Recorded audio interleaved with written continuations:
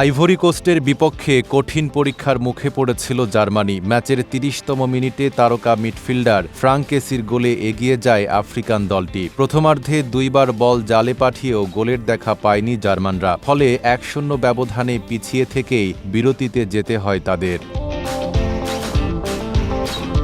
তবে দ্বিতীয়ার্ধে বদলে যায় ম্যাচের চিত্র। পিছিয়ে পড়েও দারুণ প্রত্যাবর্তনের ইঙ্গিত দেয় বিশ্ব চ্যাম্পিয়নরা, দেখায় তাদের চেনা লড়াকু মানসিকতা। শেষ পর্যন্ত ম্যাচের নিয়ন্ত্রণ নিজেদের হাতে নিয়ে ঘুরে দাঁড়ায় জার্মানি।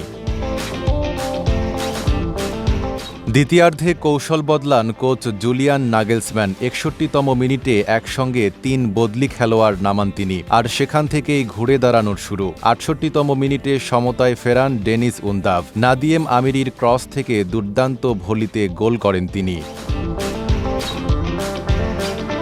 সমতায় ফেরার পর বাড়তে থাকে জার্মানির চাপ। শেষ মুহূর্তে আইভরি কোস্টের রক্ষণভাগের ভুল কাজে লাগান উনদাভ। নিজের দ্বিতীয় গোল করে দলকে এনে দেন মূল্যবান জয়। ২-১ ব্যবধানে ম্যাচ জিতে মাঠ ছাড়ে জার্মানি।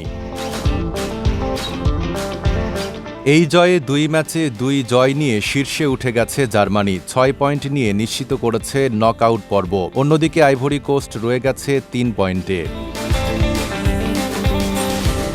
প্রথমার্ধে হতাশা, দ্বিতীয়ার্ধে প্রত্যাবর্তনের গল্প। ডেনিস উনদাভের জোড়া গোলে আবারও নিজেদের শক্তি দেখালো জার্মানি। এখন দেখার বিষয়, শিরোপার পথে এই ছন্দ কতদূর ধরে রাখতে পারে ৪ বারের বিশ্ব চ্যাম্পিয়নরা। Desk report, Dhaka post.